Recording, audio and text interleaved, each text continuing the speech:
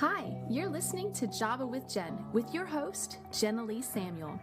On this show, I bring the simplicity of hearing God's voice into everyday life in a no-nonsense, authentic, and super practical way. With coffee in hand and real life in our faces, let's do this.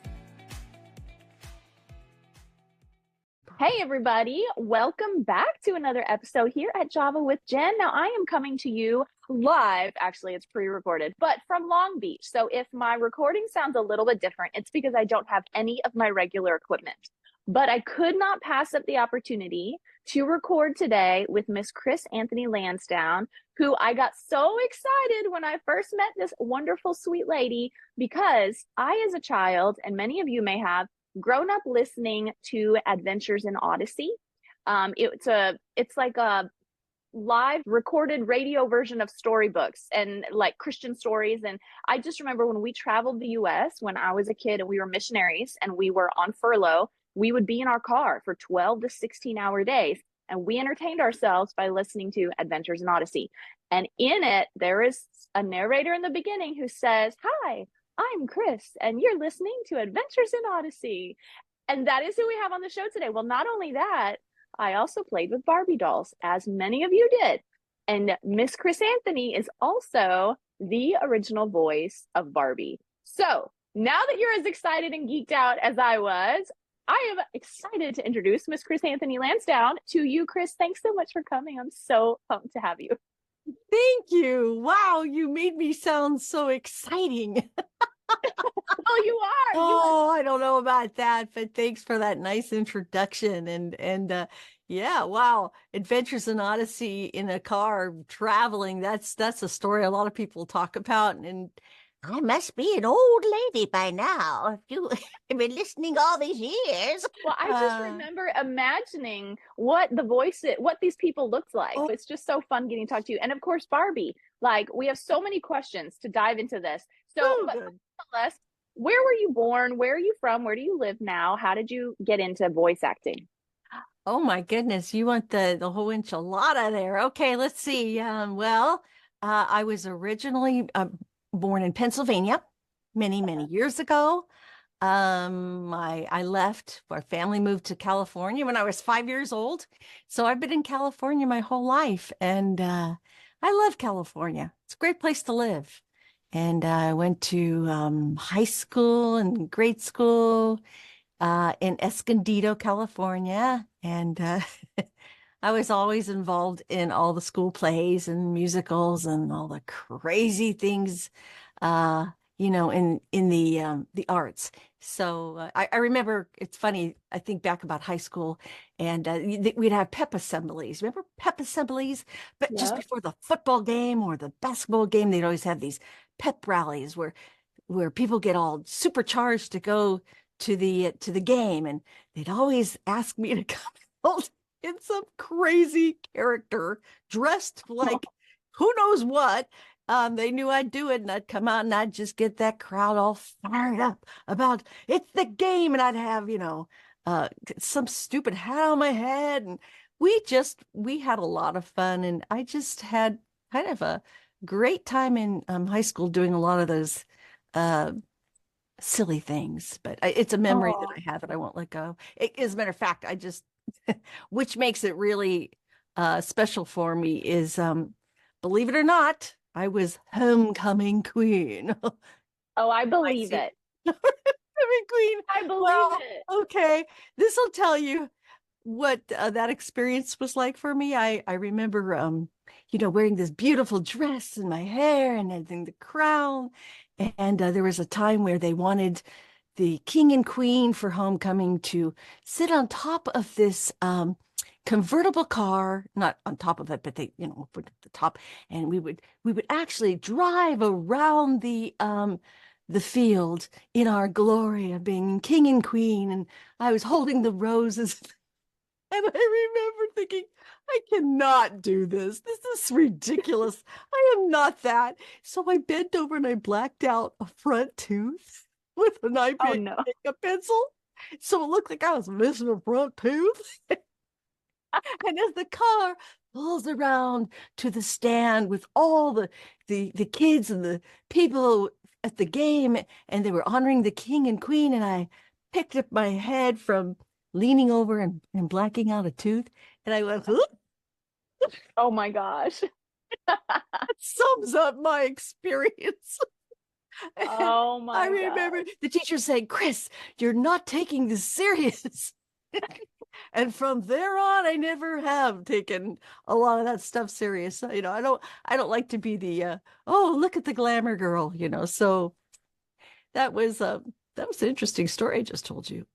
Which is funny though, because I feel like the irony of the fact that your voice was the voice that brought Barbie to life for a Oh lot of my us, right? goodness. Yes. Listening, and Yes. Barbie was like the icon of the, like the female icon, right? That's why there's been Yes. such a fuss over make her more realistic looking, you know?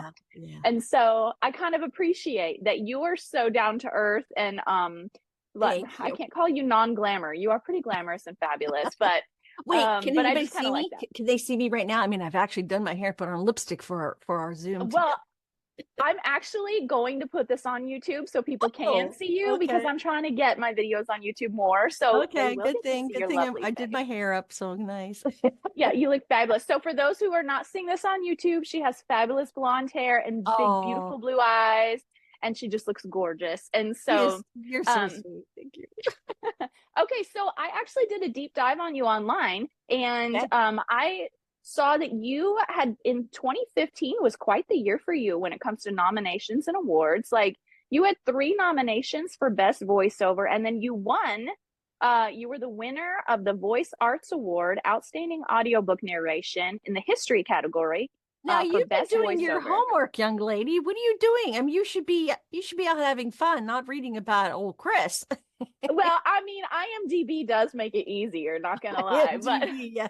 You know, it's funny when I hear someone talk about, you know, your credits and your work that you've done, and I think this is just between me and whoever's listening. I never been comfortable about someone going, and you were this and you've done that. It's like I always think, oh, but it's just me and God. I He's know, he I has feel given you. me everything I've ever done.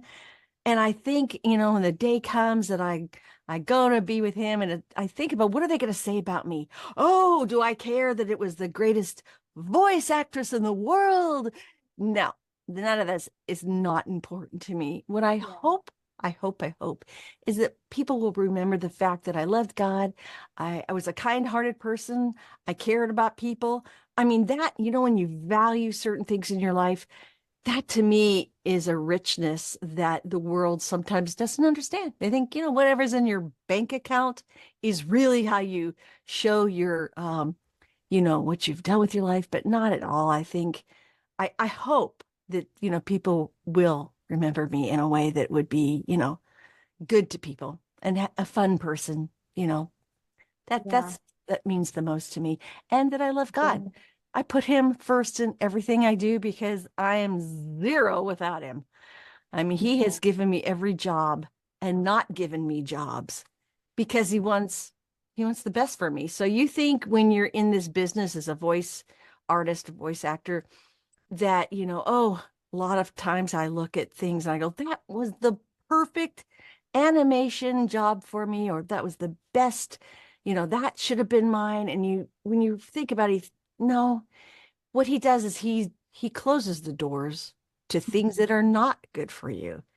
And Yeah. that it's a hard thing to swallow sometimes because you think, what could have been so much fun. But I think, boy, I look at some of the things that I was not cast for, and I went, ew, that stuff is horrible. Yeah. And a lot of that stuff is not good. And I love kids. And I feel a real sense of responsibility to be that to kids. I want somebody who's not perfect, but I want them to look to me and know that I've turned down junk, even though I could have made a lot of money. And Yeah. some of these jobs are just so, you know, they're not good. They're just really, they don't build you up, they tear you down. And so as a host of a show, a Christian show, and my career, I really feel like I don't want all the things that I think I want. So Yeah. long story short, as I always am rambling on, I really grateful to God for creating my career for me.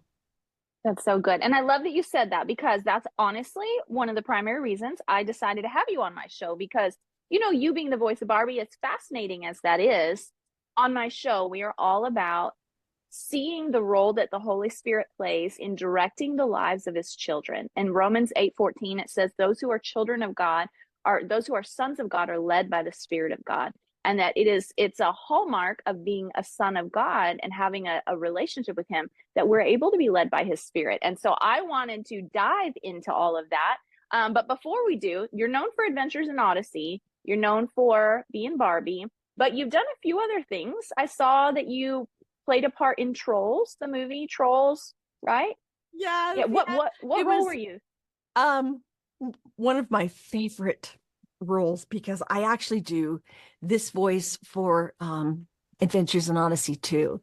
And it's a little grandma. I love playing grandmas. I'm thinking maybe this is my future role. She was a grandma that was hard, a grandma troll. But she couldn't see well, she couldn't hear well, and they were asking her questions, and so well, hello there. When she'd say, "You want some glasses? Oh, all right. I can't find mine, and oh, they're on my head." Oh, So I love it. she was scatterbrained. And on Adventures in Odyssey, she's also Mrs. Randolph. If you are listening to Adventures in Odyssey, she's not quite as goofy. Mrs. Randolph is a little more like this, and she's smart, and she's not as, airheady. But her and Wooten, the mailman on Adventures in Odyssey, have a special relationship together. And she's one of my favorite ones. I don't know. I just So cool. I love probably that. my future. Okay, so then you're very well rounded as far as the voices you can produce. What did you do in Fallout 76? I saw that. And when I saw that, I was like, wait, that seems very uncharacteristic. Like the poster of the movie, I was like, what did she do over there? What part did you play in that? Oh, this is so funny, because going from Chris, who is, I always play nerdy or kind of a funny blonde or just really lighthearted characters. Fallout 76.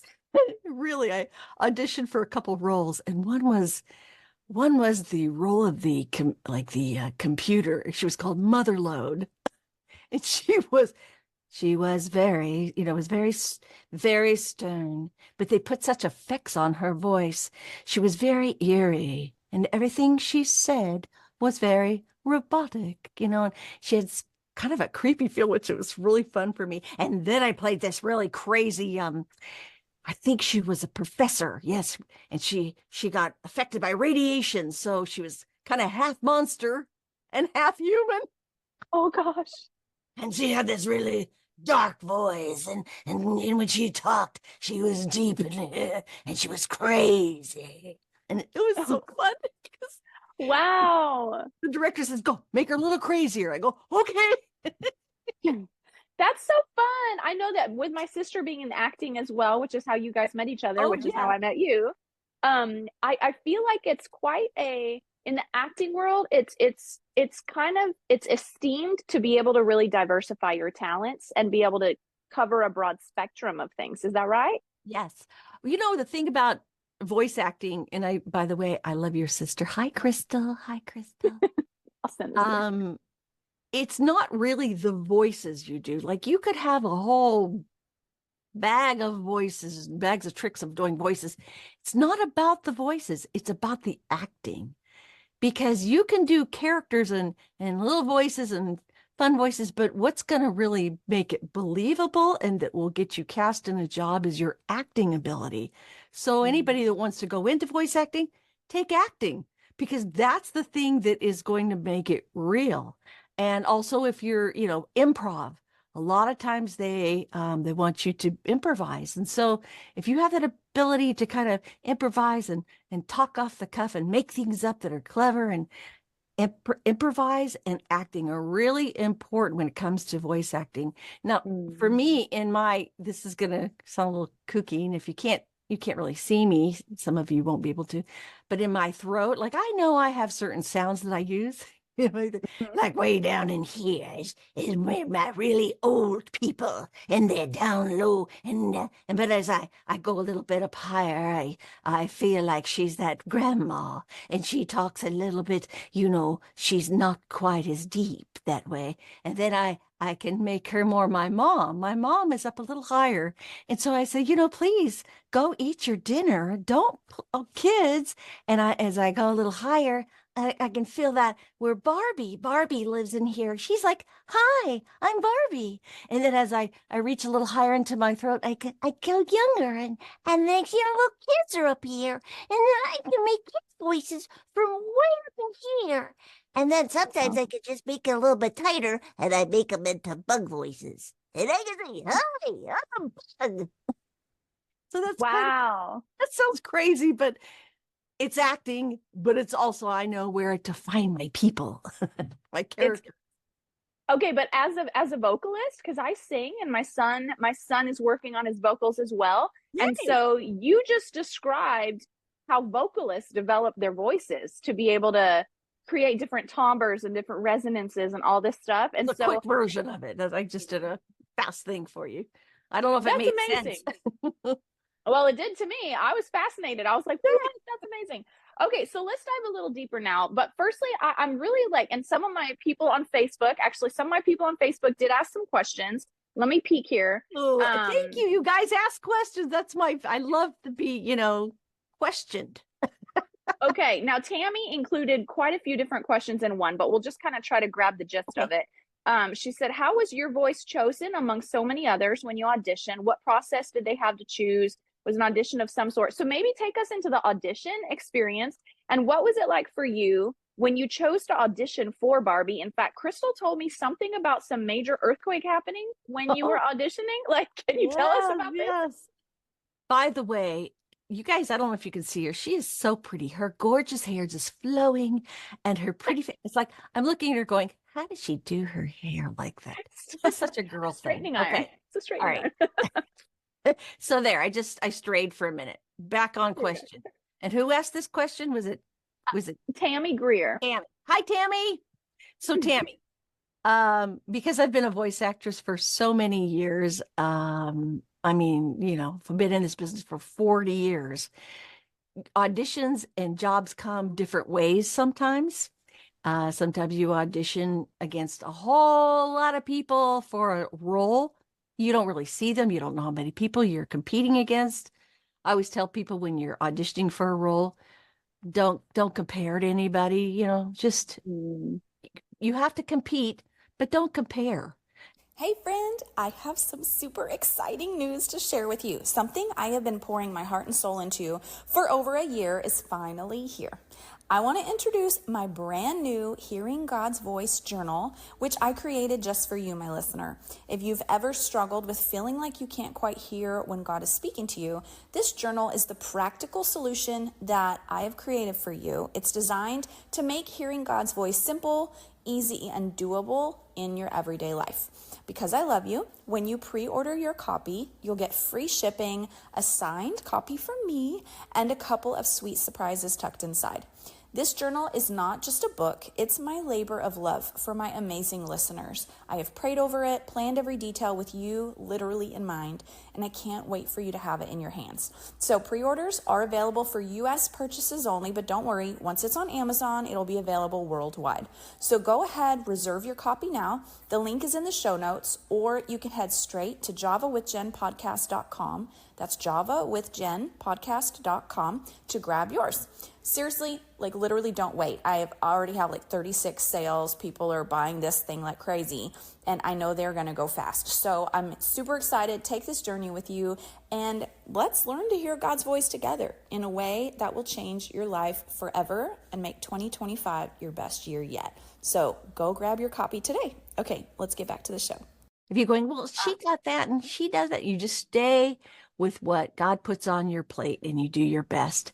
And like I said, I've auditioned. Originally, I was an on-camera actress where you could see me. I was in commercials and I had small parts and things. And so that was my first part of my journey. So I was visually, you could see me. And then it changed through the years when I realized how much better it was to do voices, because you could do any age, you could be a rock talking or a kid talking.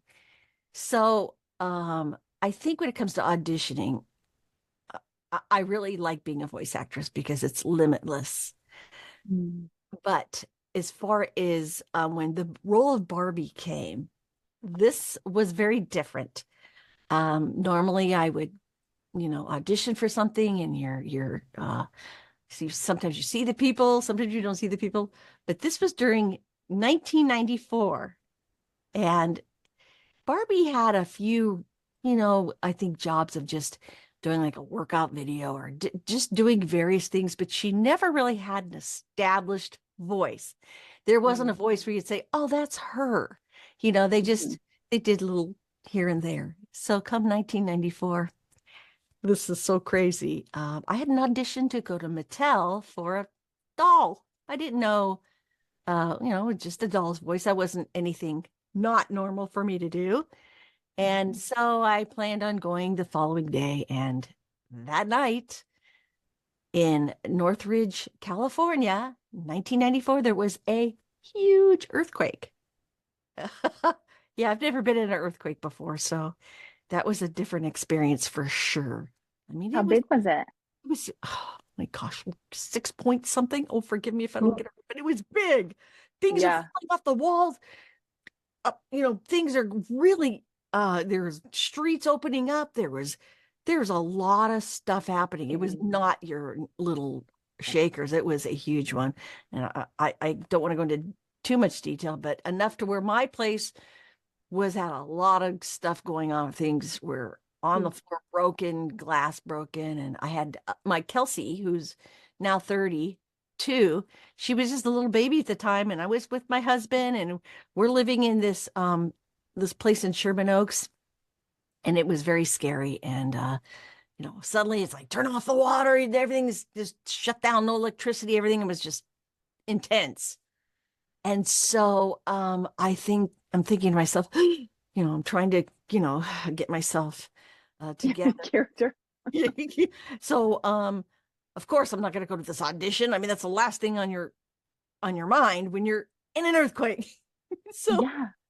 I thought, oh my gosh, I got to let them know I'm not coming, because Mattel is located in El Segundo, which is maybe 45 minutes, maybe close to an hour from me. So they're not feeling the intenseness of what we were going through. So I thought, I'm going to just call them and say, sorry, I can't make this audition. And my husband's going, okay, Eddie, you make that call. And come to find out, the director on the phone, he goes, oh my goodness, I'm so sorry.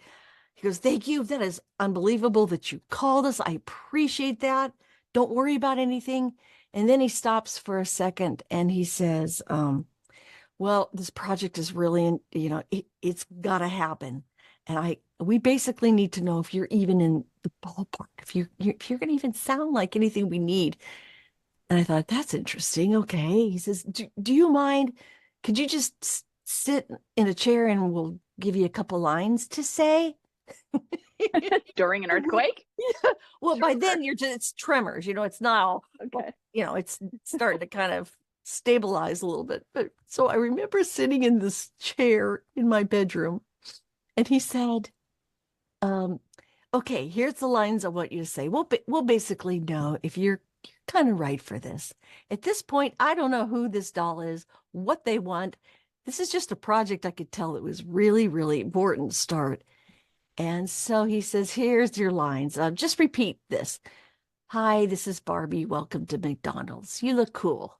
And I went, oh, okay, I could do that. And I went, hello, this is Barbie. Did you just say Barbie?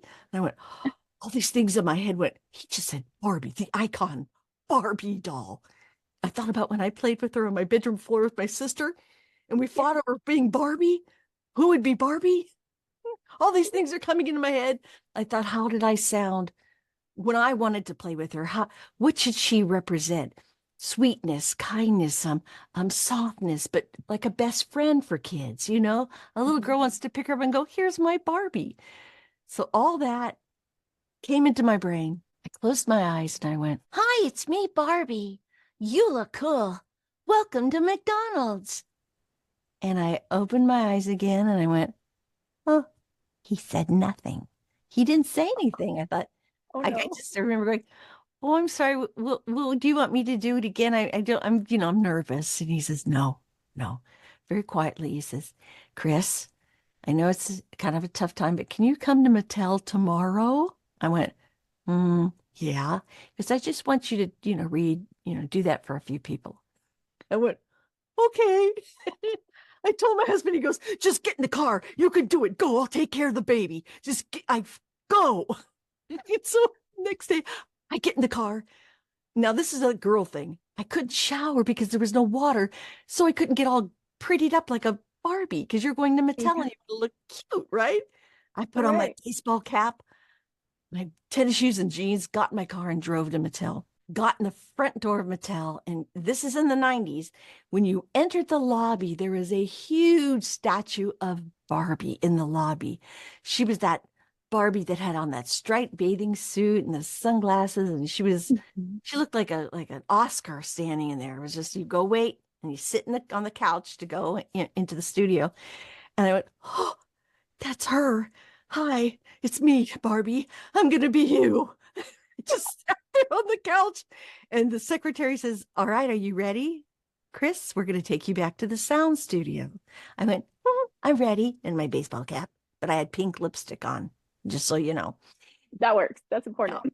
They took me back to the sound studio. And in the sound studio, there was like 8 people, kind of nice, dressed, all standing behind the glass. As I sat down at the microphone, and they were just kind of smiling at me, and I smiled at them, and I thought, I'm gonna faint.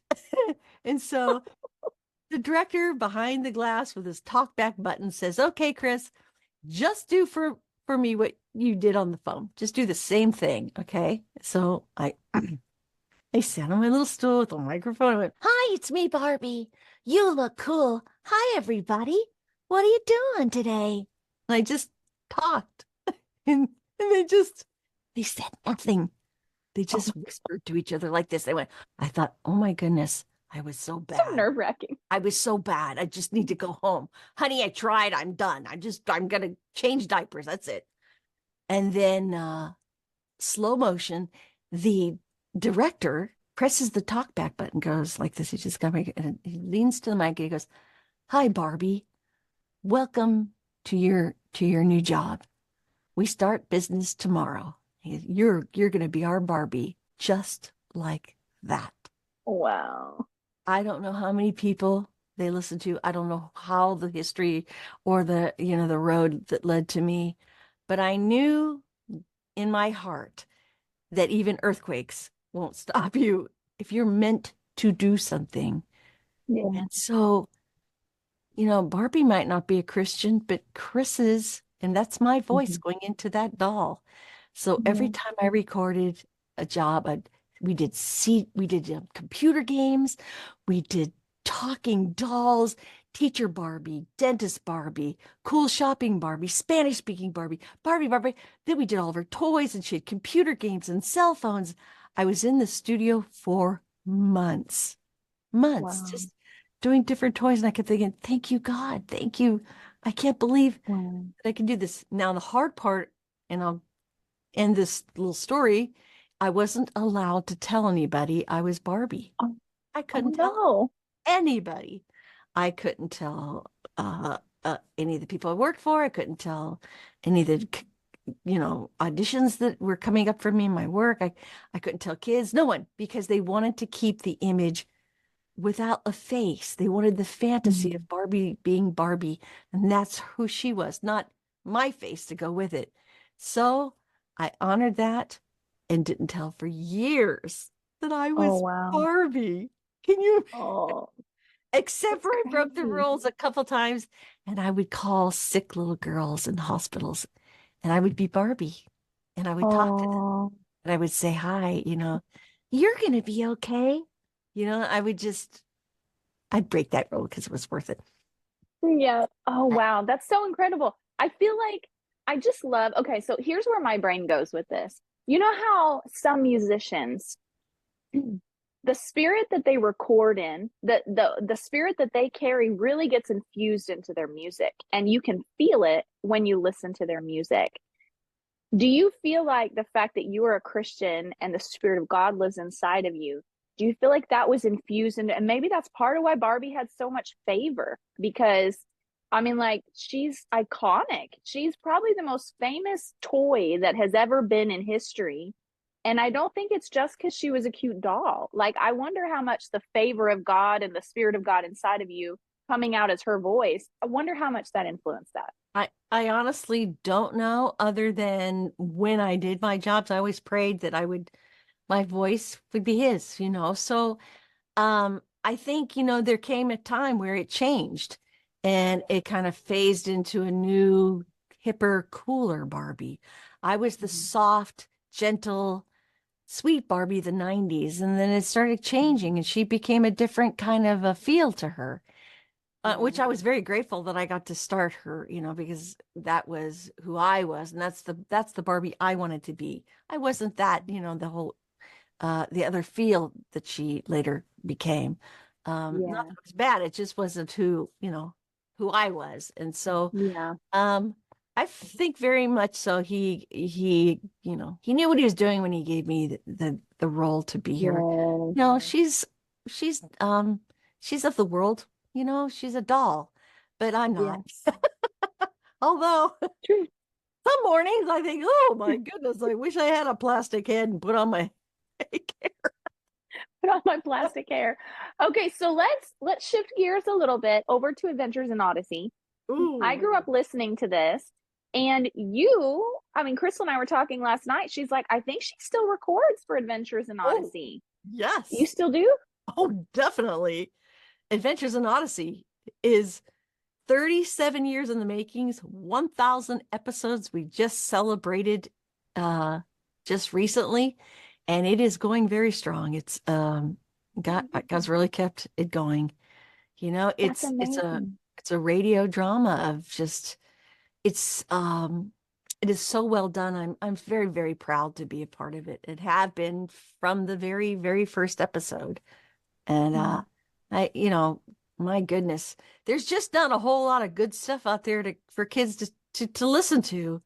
And the stories are they're just magical. They're right on the pulse of what kids face nowadays.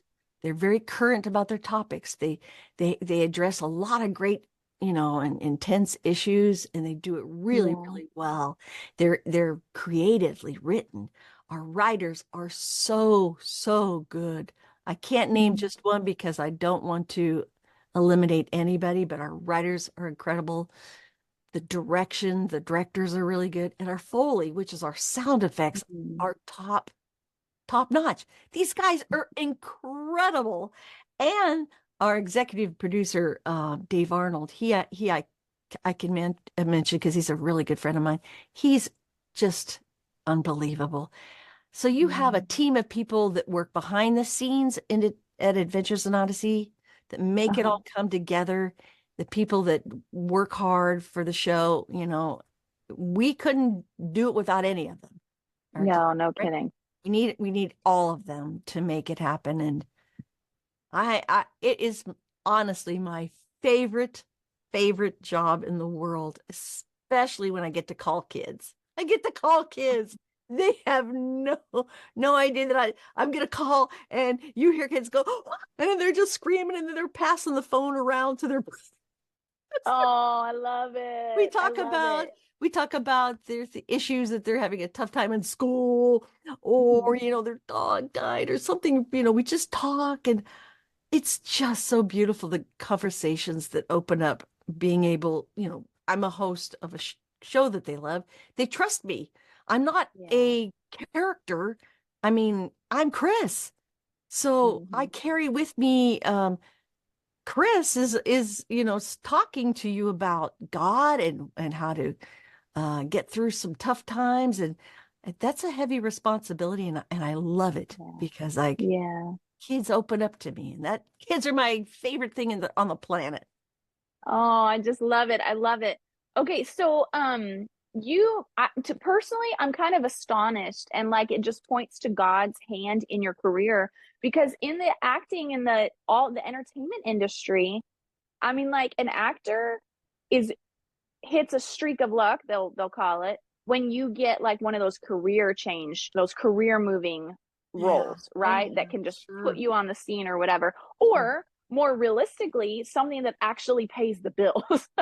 Right? And so the fact that you had two major career roles that lasted you for decades, that to me speaks of the Lord's hand in it. Are there times when you can look back in either one of those that you can say, I mean, obviously, I think that you just know the Lord had a hand in it, but were there any distinct moments where you saw the Lord specifically intervene and either protect your job, protect you being in that position so that maybe it didn't get canceled or someone else didn't, you know what I mean?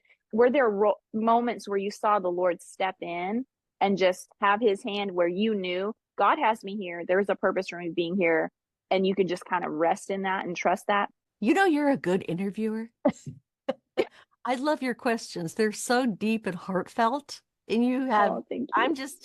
I'm sorry, I'm going to say it like it is. You are just a very dear person, and you can feel your passion for people, you know? Oh, and I think you. you're just in your right lane right now. So aside appreciate from the answering the question, I'm just stopping, putting a pause on it and saying that's who you are. And it is no accident that you're doing what you're doing. You do it well. And I feel like he's just pouring into you and blessing you. And it's just like you're just pouring it out. So that's my moment with you. Okay. Thank you. That blesses me.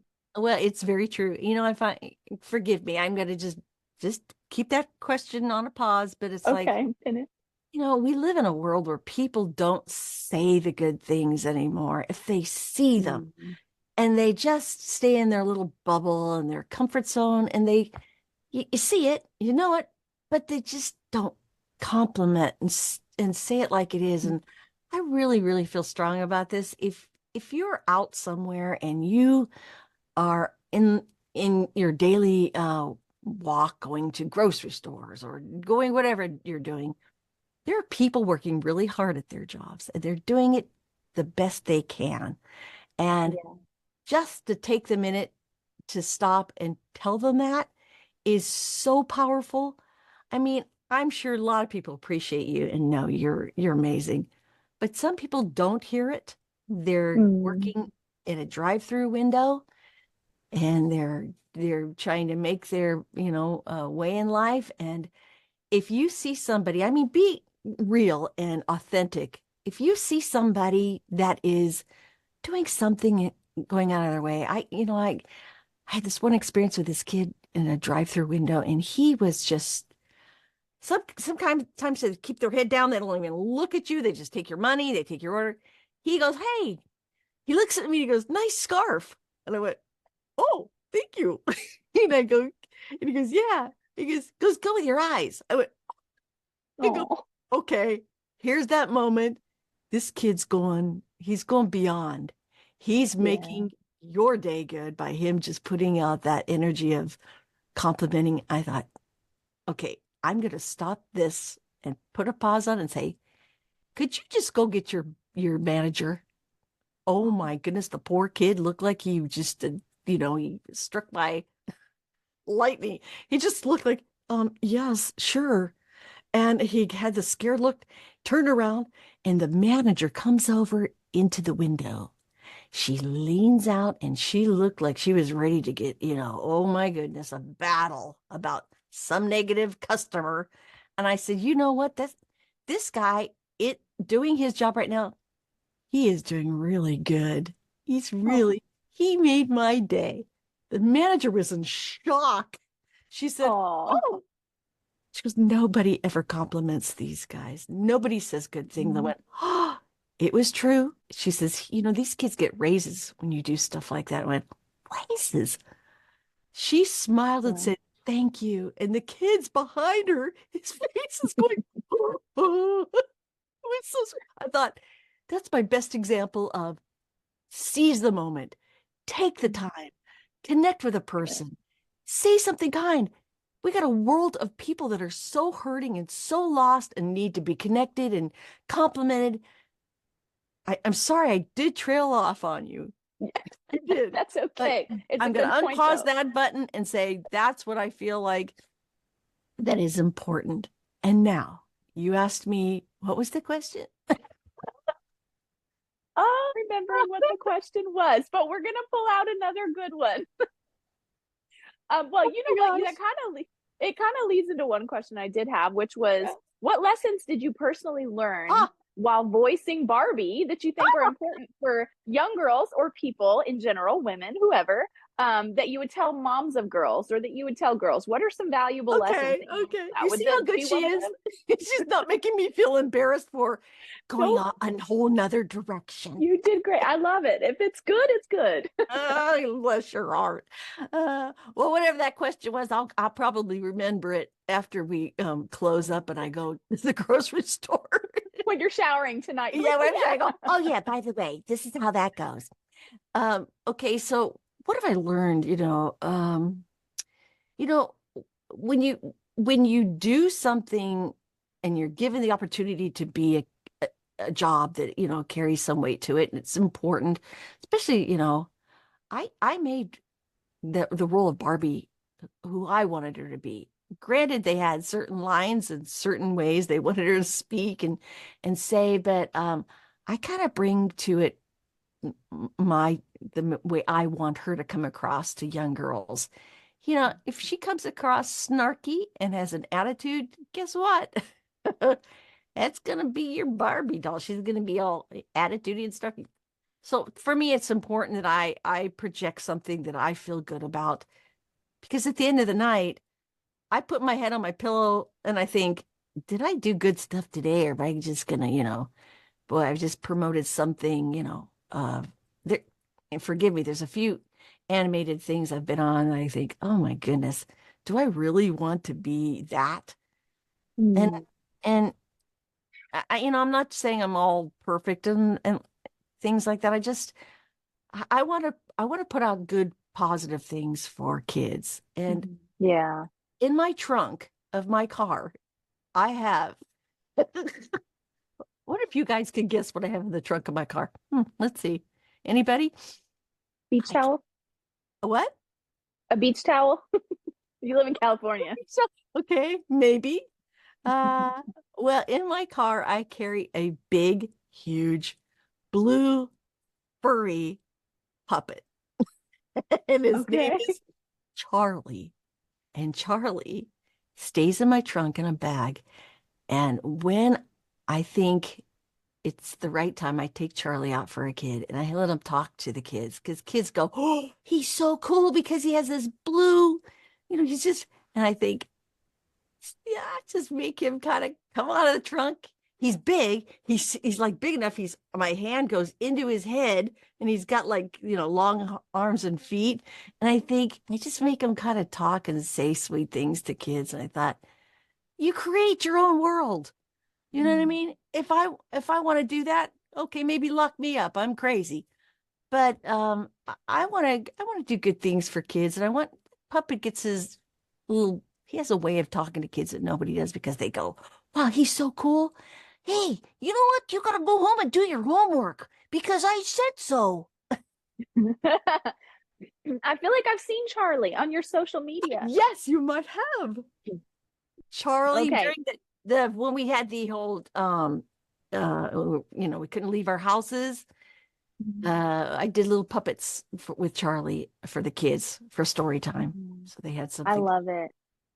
Okay, so what I love about what you've just even described, I think that, I learned the other day in the New Testament, I was reading about spiritual gifts. Did you know that kindness is a spiritual gift? Like, there are people who have a gift of kindness, and I'm kind of suspecting that maybe you carry that spiritual gift. But I just thought it was interesting when I saw that there's people literally with that as a gift. But what I like about what you're saying about how you used the influence you could carry in Barbie and you maximized it. Like you made the most out of that opportunity. And I feel like that principle is so transferable to any industry, any career, any place that we operate, any position we find ourselves in. Like we can be whatever kind of teacher that we choose to be. Like my sister, her classroom is a haven of mermaiding. I mean, She's it has so her cool. all over. And she has to follow curriculum. She has to have, but she injects that part of her, the goodness of her and her creativity into it, and it makes it special. We all have gifts of different colors and different things, and some of us, like we learn to do, like we're trees with these big branches, and we know how to use certain branches and be this tree. But we also have all these little branches that are underneath in our trees.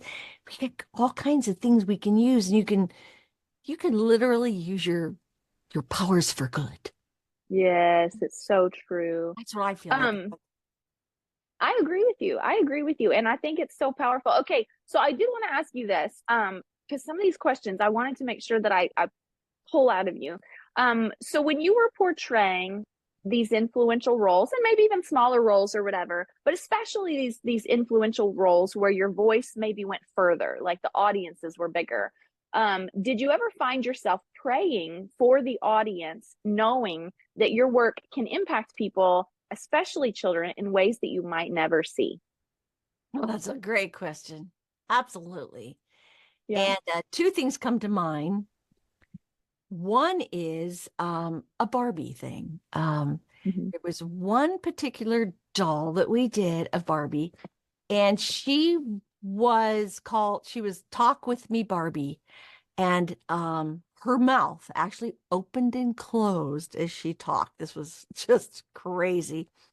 And what Mattel wanted to do was to program into her every little kid's name they could possibly program into this Barbie, so that when the little girl played with her, she'd say, "Hi, Sydney. Hi, Linda."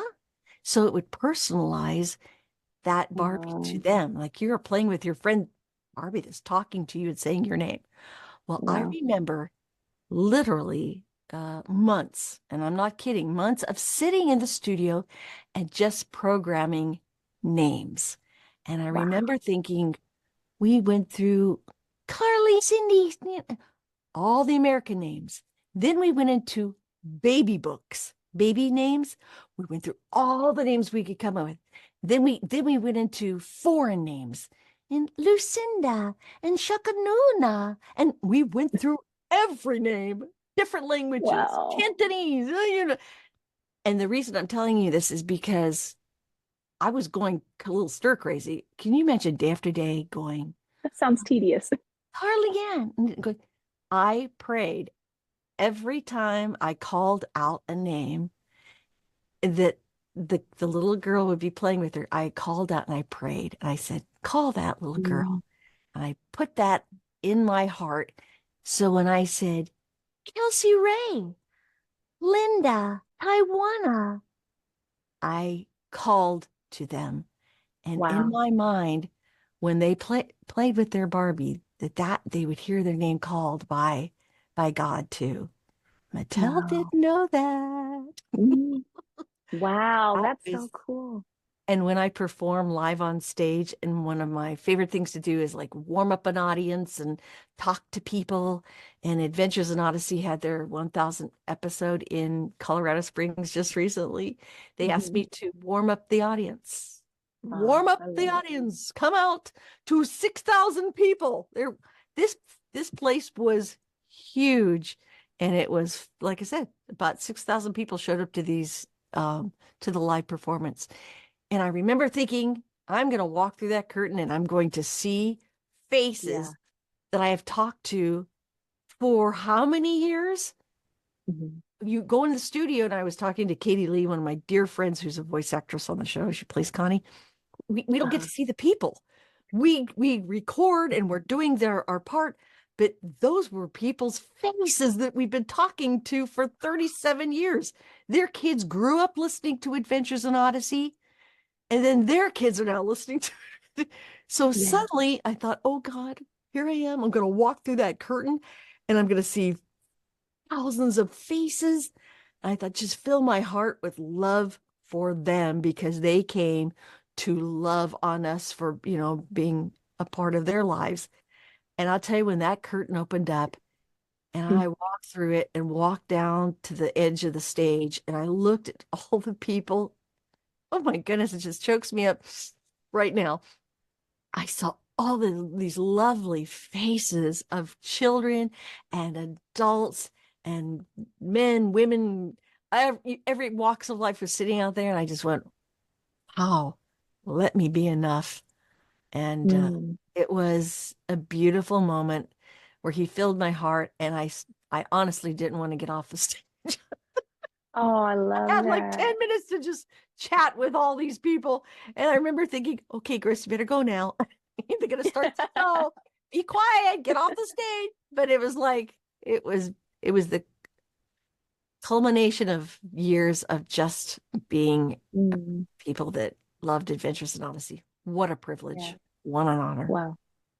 So, okay, so that takes me to another question, because a lot of times, at least in my limited 41 years of life, I've learned a few things, and I've come to discover that rarely, because I personally think it's because God's ways are higher than our ways. His thoughts are higher than our thoughts. He's able to do immeasurably more than all we could ask, think, or imagine. He's always doing a new thing. So he thinks way outside the boxes we think inside of, right? Yes, sir. Yes, sir. And what that ends up looking like a lot of times is we have plans for our life, and those plans don't usually play out exactly like we imagine, because again, we live and we think in much smaller boxes than God does. So looking back on your journey, and I'm pulling this out because many of my listeners, though they may not be voice actors, though they may not play semi-comic, whatever, they all have paths, they all have dreams, they all have gifts, they all have a purpose they're pursuing. And many times along the way, it doesn't pan out like we think, or like we hope, or like we expect, or like we dreamed.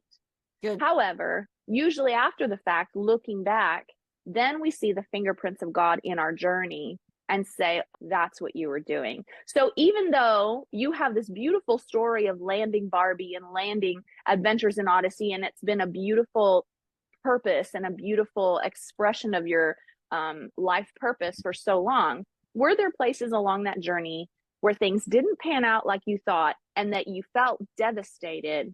But then in looking back, you can see how the Lord was ordering your steps into the path you found. Wow. Well, that was a great question. I gotta go, but it was good. No. Oh, so, you better not. Oh no, it is Okay. almost 2 All minutes right. I am a little segment. bit, I'm a goofball. I grew up on I Love Lucy and Carol Burnett, and what can I tell you? No, but that was really good. And I'll tell you why it's so good, because so many people are facing, their road, their journey that they're on right now. And you're working a job right now, maybe that you're not real crazy about it. And it's not part of your dream come true, but I guarantee you what you're learning and where you're at in your journey is very, very valuable, because it's teaching you something. It may be teaching you something you need later down the road to that thing that you want for your life. Don't ever think that where you're at is like, oh, what am I doing this for? This is all. Don't do that, because it's important. It's important for your journey. Get what you're supposed to learn from where you're at and what you're doing. And I'll tell you, when I first started years and years and years ago, I went with my brother. I was out of high school, and I wanted to be an actress. I wanted to be an actress. But I had an opportunity to go with him to travel and demonstrate cookware. I couldn't even cook. I mean, I was this blonde girl, and I had these fancy outfits, and I was going to demonstrate cookware, and I was going to make it a show. Well, what they did was, I went with him and a couple of my friends, and we went back to Atlanta, Georgia. And here I am thinking, this has nothing to do with my career. I'm demonstrating cookware, but what they did was they set you up in a brand new store. So they would have like a stage, and they'd put pots and pans. You see them nowadays. It's a little different, but you'll see like Costco has these people demonstrating cookware.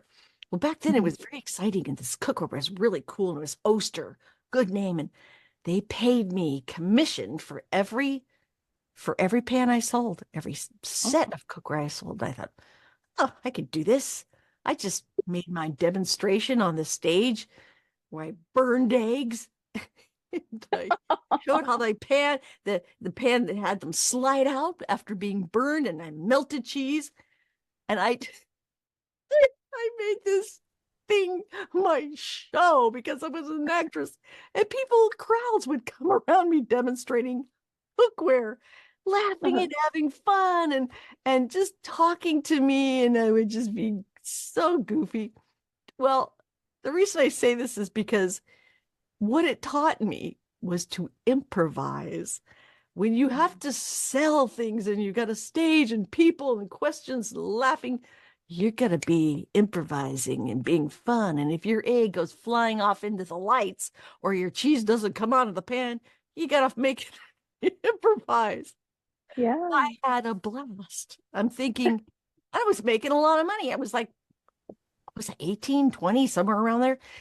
And I met one lady during that particular year when I was demonstrating cookware. Her name was Stella Della Rose. Oh, it's Stella Della Rose. Here I am, all glammed up, doing my little routine. People are laughing, having fun with me. She comes up. She got on this cowboy hat. This is Atlanta, Georgia. She had on these overalls. She had on like a little undershirt and she had this missing tooth in front. I remember those days. a real one. I did my homecoming thing that way. But she had no front teeth. She had on these long braids, and she comes up to me and she says, "Listen, honey." She goes, "You ain't cooking in those shiny pans. Why, you need to be cooking on a wrought iron skillet. You need one of those cast iron things where you cook them and the food just savors every bite." And she's going on and on. And I'm mesmerized by this woman telling me how to cook in this cookware, and don't use that stuff. Use a wrought iron pan. And I'm just watching her go, oh my gosh. I memorized her, put her in my, as I call it, my character bag. Never forgot her. So fast forward years and years and years later, not only that part of my journey where I'm standing there cooking, selling cookware in a store, I thought, this is not any part of my life and my journey to be an actress. Guess what? It was one of the best things I've ever learned because it taught me so much. And that lady, Stella Della Rose, fast forward to my career now, they said, "Hey, can we get this character of this country lady with this straw hat?" And they showed me a picture, and I went, "It's Stella Della Rose." I took that character that I saved, that I memorized from her, years ago, and that's how I get most of my characters. If you just look around the world, you're going to find a lot of characters that you could use. And that job became so valuable. That character that Stella Della came with me. And my point is this: don't think that what you're doing now isn't important for your future. It doesn't mean you're going to be a voice actress. It means whatever you're going to do, learn what you're doing, appreciate the fact you have a job. Jobs aren't easy to come by, and just do it to the best of your ability and make it your own. You could turn any job into something special just by bringing your personality to it. So good. I love it. I love it. That's hilarious. But you know what? I love what you just described and painted the picture of is how it plays out. Like I have said this to many people. I feel like even though in those moments we can get discouraged and be like, this has nothing to do with my part. I'm wasting my time. Like I'm wasting my skills. I'm wasting my talent, but I find that I think those are also a test of our faithfulness and our willingness to bring the best of who we are, even when it doesn't seem to really matter, even though it does. But it's the kindness of the Lord to give us such low pressure situations to cultivate the gifts that we'll need and the talents we'll need for higher pressure situations where our dream is in front of us, And I was telling my sister last night. Thank you. I was telling my sister last night, I don't remember what it was I was describing. I was describing how I had to like tactfully address a situation. And I told her, I was like, look, aren't you proud of me? I'm not so abrasive and harsh as I used to be when I was younger. Cause she grew up with me, she knows. And I said, I think my job when I worked for Stitch Fix as a stylist, and I had to write all these personalized notes and address people's insecurities, their body insecurities, their image insecurities. And I had to address them delicately and respectfully and honoringly. I was like, I think that taught me how to be more delicate with people and how to not be so abrasive or harsh or blunt. That was perfect. And I mean, like, yeah, it's not my life calling, but it was definitely an equipping season. And so I love what you just shared. I like that. It's an equipping season. That's very well said. Because it does. If you embrace it and you just don't find everything wrong with it, you literally could pick something apart to where you're just miserable. But that was a perfect example of, of what you were doing and how it helps you later on in your journey. Yeah. Very You as well. You as well. So one little secret sweet thing that I did want to share, my mom made something for you. And I wish, well, actually, I don't know, is it close by? Can you show it? No, it's not. Okay. I have it in a very special place. If I would have known. Okay, let's talk. Your mom made me the most exquisite Barbie quilt ever. It is, I don't think I could. I have it on a bed upstairs. I'd have to dismantle. No, don't. No, it's okay. We'll put a picture. Okay, deal. Because it is so cool. It is so well done and so detailed that when I saw it, I cried. Crystal, your sister gave it to me. It was beautiful, beautiful. I'm so sad of it, but it is one of my pride and joys. And you could tell her if you see her, tell her how I feel about that blanket. And I think she'd make me a pillowcase to go with it. It was like this Barbie pillowcase. Of course, that one I used every night because it's the pictures fading off of it. So but it was the most precious gift to me. And she doesn't really know me. She just did it out of pure love. And please pass that on. And I it is definitely something very special to me. It is. Well, and you know what? When we were young, initially my mom wasn't going to let us play with Barbie dolls because she was afraid we'd have a complex of like trying to look like this perfect little Barbie that doesn't really look very realistic. And so, I remember we begged and begged and she did let us play with Barbie. So it's kind of full circle. Then she made you this beautiful blanket. But okay, so with all that, do you have any last words for my listeners? Because I want to respect your time and let you get off of here. But any last words, and then how can they connect with you online if they want to follow you? Any last words? You mean I didn't just ramble on enough for you? I know. Did I answer any of your questions? Probably not. I think you should put a little disclaimer at the bottom of this that goes, Chris doesn't really answer the questions. She just talks. So I'm sorry. You answered them beautifully. And sometimes I'll form a sentence that makes absolutely no sense. My husband goes, that made no sense at all. I said, honey, see the heart. They'll get what I meant, even if it doesn't make any sense. Or I use the wrong word, which is so typical for me. You'll go, that sounded like something I think she was trying to say, but I'm not sure. Last words. Okay. Gosh, I wish I could just say something really profound, but I think I shared enough of my heart and how I feel about people and about my journey. And like I said, my values are, it's not what you might think, like I said, I don't want to be the greatest voice actors, although I do want to be remembered as a talented person. That's great. I invested a lot in my work, and but I do hope that some of you have heard my voice when it came to being kind to others and leaving your comfort zone and complimenting people and smiling at people. I tell kids all the time, smiling is powerful. When a kid smiles at you, isn't that just like, it's like somebody just kisses you on the cheek. It's a beautiful thing when a kid does that. And I'm leaving for Alaska this Sunday. I'm going back to Alaska. I've been there twice, and I'm going to a radio station in Glen Allen, Alaska. And most people that know me, I'm not a real comfortable traveler. I'm always going, what if my flight's late? What if I'm always worried about something like that. But I'm going to go to a Glen Allen, Alaska, and I'm going to go to a radio station. It's a Christian radio station called KCAM. And every year they have like a share-a-thon where they raise money for their station. And they air Adventures in Odyssey. First thing I go is, hi, this is Chris. Welcome to Adventures in Odyssey. When I walk in the door. And they're so sweet to me. And I'm going there in a Monday. And I'm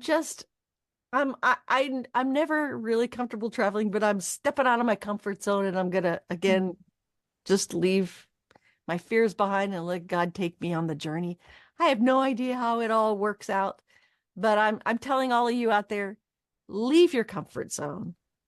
Don't be trapped by fear. Have faith that He'll give you some treasures along the way. Even if it's not all smooth sailing, you're gonna have fun. You're gonna be able to say, "Hey, I tried it. I did it." Instead of laying in your bed and going, "Oh well, I'm comfortable." Go for it. Try something new. Let Him take you out there on your next journey, and that's what I'm doing. This coming week. I hope That's so I'm exciting. lost in an airport, going, "Oh boy." We'll all pray for your traveling safety that there are no issues. Well, you guys, thank you, first of all, Miss Chris. Thank you for coming on here, and thank you for bringing your heart and soul to the jobs that you did, because people like myself were so blessed. And even though I didn't know who you were when I was playing with and listening to Barbie, I appreciate knowing now how much heart and soul and Spirit of God that you brought to that situation. That just gives me so much, I don't know, comfort and like even happier feelings around those memories. And so thank you for what you did and doing what you did to the best of your ability. That's just amazing. Well, thank you. And it took a long time for us to connect and finally get this together. And I'm really grateful. This has been a lot of fun. You are a very dear person. And I think one of my favorite Bible verses is, the joy of the Lord is my strength. And I carry that in my heart, even when it's not joyful out there. He's my strength. So thank you all for just being with us today. And I hope maybe I can meet some of you in person someday. I'm on Facebook or Instagram. You can always sometimes message me. I try to kind of connect with people that way too. So that would be fun. Okay. Awesome. Well, thank you so much. Absolutely. Thank you for coming. And you guys make sure you follow her on Instagram, Facebook at Chris Anthony Lansdowne, which I will put the links down in the show notes. You guys, thanks so much for coming and listening to another episode here at Java with Jen. You guys are why. Wait a minute. What's the name of that show? Java with Jen. Isn't that precious? I love it. I need to get you to do voiceovers for my show intros, huh? Of course. That would be amazing. I love that. Well, you guys, thanks so much. And listen or follow Chris Anthony over at Instagram. Hit subscribe anywhere that you're getting this podcast, anywhere that you're listening right now. Just hit subscribe so you don't miss any upcoming shows. I have some incredible guests coming to you over the next few months. And of course, wonderful surprises like Miss Chris Anthony right here. And so thanks so much for coming. Thanks you guys for listening. And we'll see you next week.